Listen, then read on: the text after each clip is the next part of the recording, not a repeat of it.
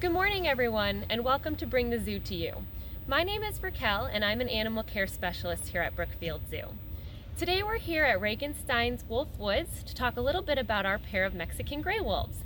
We're sorry we couldn't come to you live today. We were having some technical difficulties. We're going to be talking about Mexican gray wolves, where they're from, what they eat, and also about the recovery program that restored these guys to the Southwest where they're originally from. But before we begin, we're going to talk about our pair of Mexican gray wolves, Ela and Apache. As you can see, our pair just received a carcass to feed from, so as I share with you some information on these guys, you will get to see them showing off some of their natural feeding behaviors.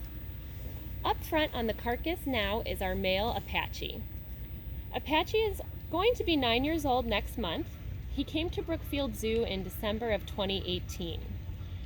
He is the larger wolf, and he's also a little bit lighter in color than our female.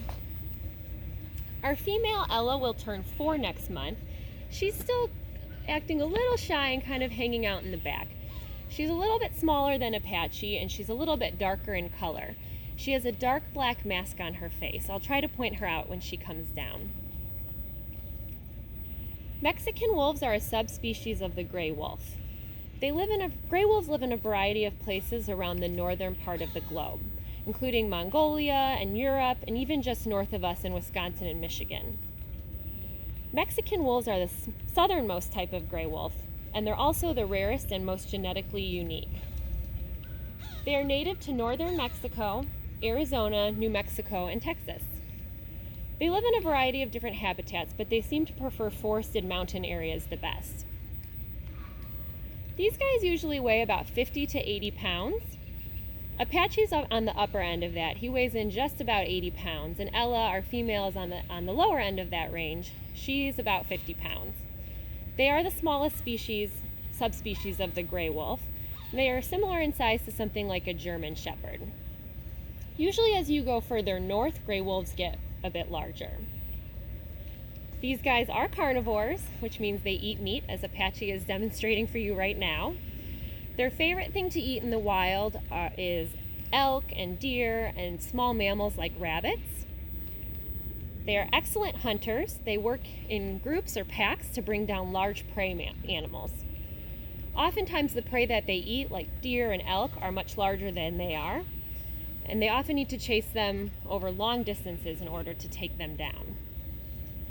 Here at the zoo, our pair of wolves eat kibble, which is specially formulated to give them the nutrients that they need. They also get a variety of native prey items to eat, and they also get bones to chew on several times a week. That's important to help keep their teeth clean. Getting a full carcass like they received today is a special treat, but we try to offer carcasses like this several times throughout the year. We feed whole carcasses for a few different reasons. First, it's a natural diet item. It's what they'd be eating in the wild. Eating not just meat, but the other parts like the organs and the marrow and the hide offers some nutritional benefits to these guys. It's also good for their digestive tract. There's also some social benefits to carcass feeds, which is another reason why we do it.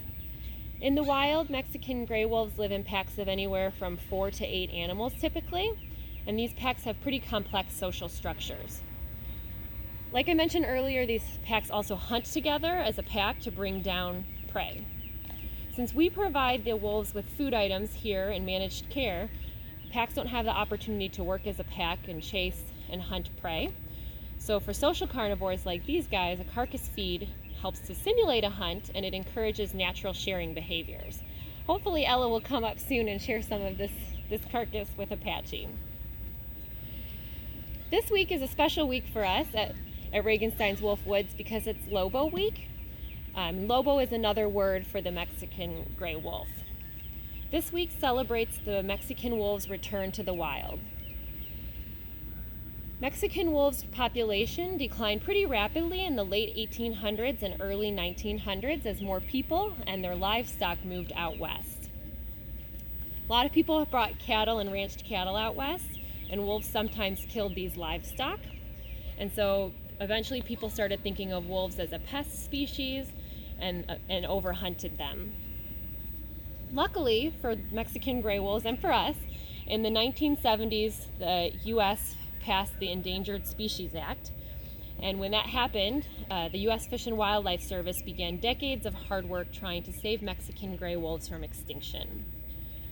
When the recovery program began, the last remaining wolves that were left in the wild were brought into managed care in zoos and wolf centers all around the country, and a program was created to start breeding these wolves and to grow their population numbers.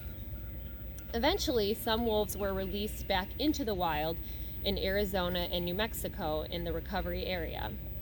That was 22 years ago this week.